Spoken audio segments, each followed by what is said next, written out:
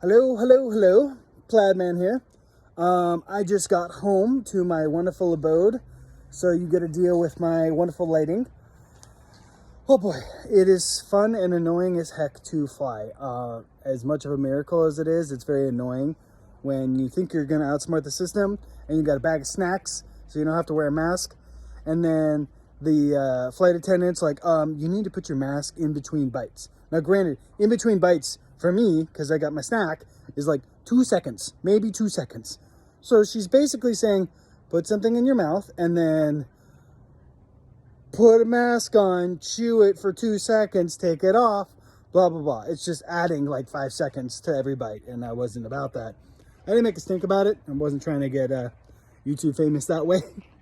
Being like, oh, my guy on the airplane is just a Plaidman, just beat up people and resisted arrest on a 3-hour flight. That's just silliness. Anyhow, all in all, good flight. It just is what it is. And I had the good fortune of watching 1.5 movies. And since it is Monday, and since the movie I saw the whole thing of was such a darn interesting movie, not great. It's not going to go down in the annals of the annals. Those of you that are weird, I said annals. In the history books of terrific sports movies, okay? History books. Anyway, I skipped that other word. It's not going to go in the history books of epic sport movies. However, to me, it was talking about something that I've found and I've grown fond of in recent years, which is football, okay?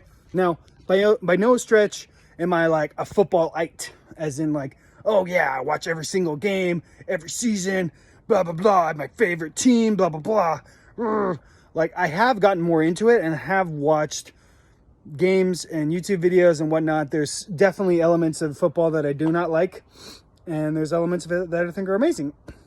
And I was talking to my mom about it today because she came to pick me up, and it was an interesting, like, I almost did football, and she did her darndest to, in her own words, it was almost too much to convince me not to do football. So I almost did football when I was younger. Instead, she got me to play soccer, and it was terrific, and I enjoyed it. I guess in her words, the reason why I didn't do football, why she thought football might not have been the best fit for me, is because I tend to not like to just play a position. I tend to kind of wander and want to do other positions. And in her words, football is very much like this is your position, this is what you do. And that probably wouldn't have jived too well for me. And even still, I had a hard time playing anything other than like center midfielder or even like center fullback was like as much, because it's like you can go around. Anyways, neither here nor there. The movie of the day is National Champions. I think. National Championship? I think it's National Champions. 2021 film with J.K. Simmons as the head coach of one of the teams that is going to the national championship for the NCAA, which, for those of you who are uninitiated, is effectively college level football, which is American, or college level throwing the ball, for those of you who play actual football or soccer. That was confusing. So American football, all right, in the college level, which is extremely competitive. And if you've never watched American football on the college level, I highly suggest watching a couple games, because it's almost night and day. Like, because when you watch the pro players, it almost feels like they're going slow. And it's weird. And I think part of it is because there's so much money on the lines. Whereas with college, if you watch it, it's so, the guys are younger, so there's that. And it's so high energy and such high stakes for them because they're trying to make that money. They're almost there. So they are pushing their utmost to get to the NFL. Okay? So that's just an interesting observation. In summary, to summarize what the movie is about, effectively, you have two teams competing, okay? And the head player, if you will, for one of the teams is saying, hey, I'm not going to play. The game's in a couple days. I'm not playing. And then subsequently goes around trying to convince other people to not play. And his logic and thought process behind it was so interesting and I thought fairly well portrayed. And this basic element of it is, okay, well, so you have these guys who are playing for 4 years, oftentimes, especially in the NFL. They're playing for these college teams, and they're playing all out, 110%, again and again and again. And they get injured, and some of it's permanent injuries. And even if they're on the team, maybe they're playing all these times, and if they don't get drafted into the professional football league, the NFL, now what are they supposed to do with themselves? And the argument is there's the NCAA college football is like an $18 billion industry, and the players don't get anything. They don't get anything at all. This is unfair. This is basically modern slavery. And that was kind of the argument. Interestingly told, well done on his part. I thought he made good arguments. And as far as storytelling wise, I was like, okay, cool. I can see your perspective. I don't really agree, but I could see where you're going with this. And I understand where you feel like you're not getting fair compensation. But then what was interesting, and I felt kind of like a rare thing for Hollywood, because his argument was kind of pro-unionization and pro-like socialism and stuff like that. Or he even tried to make it sound like, this is true capitalism. And I'm like, not really, but okay. But like, fine. If that's your perspective on it, fine. Okay. So then the other perspective on it was rather interesting, which is kind of like, okay, hold on. Well, one element of it is the competitive thing where he's bailing on his team and the other team and all the people who are watching who sign on to have this big epic showdown of titans in a college level. And he's just bailing on them, right? And basically holding everyone ransom, saying, I won't play unless my demands are met. Okay, kind of messed up, but okay.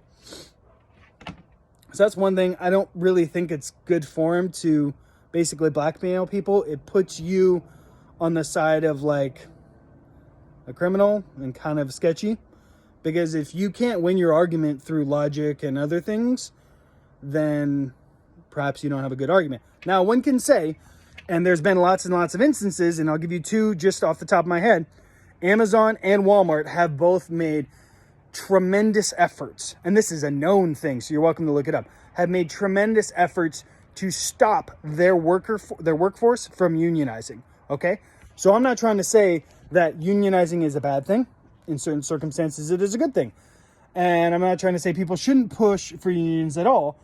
And I'm not even trying to say, hey, if you're trying to unionize and you're not getting any agreement, then you're a bad person. No, none of those things. I have general issues with unionization. I don't think it's terribly the most effective way to go, but that's neither here nor there. So on one side is like basically pro-unionization of these kids who are in college and doing college ball and they're not making any money. And the other side is like, well, okay, to go to this college, it costs, let's say, $100,000 a year. Plus you have to pay for books and all these other things and living expenses and food. Let's say that's another 120 or 25. So now you're per student 125 in per year for 4 years. Basic math, that's $500,000 for one student. Okay. And a college team has 19, and then they have their main guys, I think it's like 19 or something like that. And then they have backups of the backups. So you got close to like 50 people on the team. And maybe not all of them are getting a full ride, but for sake of conversation, 50 people, $500,000 each, that's $25 million a year. And let's be honest, a lot of these guys are coming from high school, right? So they're coming from high school and they're going into this college and they're basically getting $125,000 worth of stuff, okay? And that's just the stuff that you can easily quantify. And this got brought up in the story and I thought it was very interesting. And another point that I thought of later, and I was like, well, one thing you can't quantify is, I don't know if any of you have been on a team. Well, if you're in high school or you're in a college team, there's a lot of clout that you get from being on the team. And I mean everything from like your food's free, cheap or faster, great service, members of the opposite sex are really attracted to you, even if you're not a very attractive person. There are a lot of like unspoken perks, okay? So that's not really something you can quantify. Like, how do you quantify that? But even if we were to quantify that, that's, let's say, $25,000 worth of stuff. Well, 25, yeah. So now you're at like $150,000 a year for 4 years, and you get to be part of the cool kids club for 4 years. And to me, that has value. Now, one could make an argument, and this was our argument was made, is, okay, well, the NFL, I'm just going to do basic numbers. Let's just say they had 2,300 people in college, right? Every year, and then the NFL drafts them, okay? So out of that pool of 2,300, the NFL only drafts 300. And I'm just doing round, it's not quite that number, but it's close, okay? So that leaves 2,000 guys who don't get drafted in the NFL because they're not good enough, or they're not needed, or whatever. Now, what are those 2,000 supposed to be doing? They spent the last 4 years of their life, blood, sweat, and tears, heavy into this game, and they didn't make the cut. They didn't make the grade. Does it make them bad people? No. So then, and then this was their other argument is, well, okay, what if they're injured? And what if they're injured like permanently and they have all these medical bills and stuff like that? And I'm going to make a separate video on how ridiculously expensive and stupidly expensive the American medical system is. I'm not arguing for socialized medicine. I'll make a separate video about it. But that's another argument is like, okay, so these guys get involved in the sport for 4 years. They get injured. The colleges are not on the hook for paying for their medical stuff, even though they got those injuries under playing for the sport for that college. Okay, that's an argument to be made. That was a part of it that I thought was valid. However, what was interesting is I felt like this guy didn't really look at and consider all the things that I brought up, which is like, hey, dude, you're basically getting $150,000 roughly dollars worth of services a year. Okay. So a weird argument would be like, if I was doing something for someone, right? Let's say I was building a shed for someone and they didn't pay me in actual money. They did work on my car and fixed my car instead. Well, I didn't get anything in return other than a car that is better working than it was before. And he didn't get anything for his time and effort working on my car other than a shed that is now built. Okay? So that's an exchange. That's an exchange. And if we agreed on the exchange, then that's fair exchange. So this guy instead, he's like, and he's the top guy, top quarterback of the year. Like, oh my God, he's about to get a $35 million contract, yada, yada, yada, yada, yada, yada. And it's just like, okay. And then what irked me and I thought was super interesting is, okay, what's happening is they went to college and they got educated. This was like a subtle little thing in the story we're checking out. I'm sorry, I'm not going to ruin the whole thing, but it's there. But they got this idea from somebody who was teaching them like social studies and socialism and Marxism and stuff like that in college, which for those of you that don't know is prevalent in your college. Like it's there. There's a teacher or many teachers who are teaching you either bits and pieces of it or the whole kit and caboodle. So ultimately, what I thought was interesting was his gumption, his cojones and his stones, and his argument to make, hey, I'm going to do this and I'm going to do this and this is why. One, I would say is if you're going to start throwing stones, make sure you don't live in a glass house. Unfortunately, he did. Like, he benefited tremendously from being part of the program. And he didn't really square that circle for me. He didn't like own up to like, oh, I benefited from this. So he didn't really own up to the fact that, oh yeah, I made this much money, but technically it's worth more. And that to me is problematic. And secondarily, there was this amazing point that I didn't know, and whatever. There's a character who brings up this point where she went to Duke and she got a full ride because she was a runner and very capable at running and was successful. Did she go on to be a pro runner? No, she didn't. But she pointed out that it's like, okay, well, you have all this money that colleges make from football and basketball, right? Okay. But if you take that money, and let's say you were to take 50% of it, and you take it away and you just give it to the players, right? Let's just say, well, then what happens to that 50%? More often than not, what happens with that money, where it was going to, a lot of it's going to the football and the college program, but a lot of it is also going to the swimming program, the track meet program, the running program, all these other things, or academic stuff like the science department or whatever. So basically you have college football and basketball is effectively one way for the college to make some extra money, and they put it in all these other things to help boost up their college more and make their college more appealing to more people and get more and more money. So yeah, it is about winning, and yeah, it is about money, and yeah, they should be getting their money. But I feel like it's kind of understood that, hey, look, the people who are going into college, you're getting money in the form of an education and stuff like that. Now, I would make a counterpoint, and this is just a thing. There's obviously many solutions that one could argue. One is perhaps the players, when they get into the college, they can make money for every jersey that they sell. So like whatever the cost of the jersey is, okay, let's say the jersey costs $10 to make, and then they sell the jersey for $50. Well, perhaps the college can sell the jersey for $50, and that $40, every jersey that person sells, that 40 of that goes to the player. That's their money. So now it's something that they can rock, and other people can support that player, right? And he makes money. That's fine by me. That's cool. Or things like that. Or even have, sponsorship deals, like where, hey, they do a Gatorade commercial or something like that. I don't understand why they can't do that. I'm sure there's more into it. But basically, I will say this. So in general, if you like football, it's well worth watching. There's not any football to watch, but it does delve into kind of the underbelly of football. It reminds me a lot of a movie called Draft Day, which was the half movie I saw on the same flight. Also a terrific movie. Well, worth watching, even if you don't like football. So, but if nothing else, even if you don't like sports, because it's not really a sports movie, it kind of reminded me, it was in that same vein of Moneyball and Draft Day. National champions and concussion. It talks about a subject that is rarely talked about in professional sports.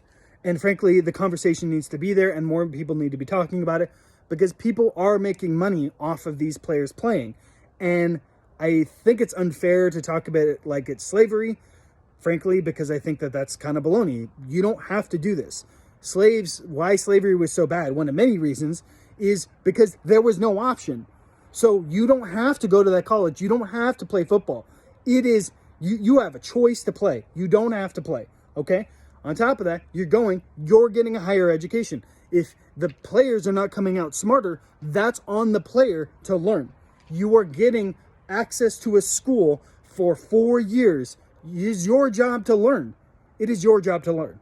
So if you come out and you're still dumb as a box of rocks and you didn't get drafted, that's not the college's fault. That is you, the player's fault. Okay? And frankly, I'm not a huge fan of higher education anyways. So this is not me like arguing on behalf of higher education. I'm just saying I felt like it was kind of a lame argument. But I will applaud that the person did what they did, and that the movie, I felt, did a terrific job of portraying both perspectives. So I highly suggest watching it. I saw it on a flight. I think it's available on Redbox, certain places. I don't know where you can see. Maybe it's on Netflix, maybe on Amazon. I'm not quite certain. National Championship. I will say J.K. Simmons did amazing. There was Timothy Olyphant was in it. He did a great job. There was some other actors in there that I was like, nice. Like one of the guys was Beowulf's son from Vikings. That guy's killing it. He's doing really, really good. So there was some other actors in there kind of sprinkled in, and I was like, hey, nice to see you. Anyways, so check it out. That's my Monday review for the day, my Monday movie review. And it's also kind of just a general topic. I would love to know what you think, whether or not unionization is a good thing, whether or not unionizing college players is a good idea, what have you. I would love to know your input. And again, if you have any suggestions on other topics to talk about, by all means, let me know. I'm doing more research and going to be doing stuff that's like finding a better way to talk to you guys in better ways. So it is on my brain. Sorry about the bad lighting, but I'm back, and we're just going to be improving from here on out. So let me know what you think. Plaid Man out. Take care. Bye.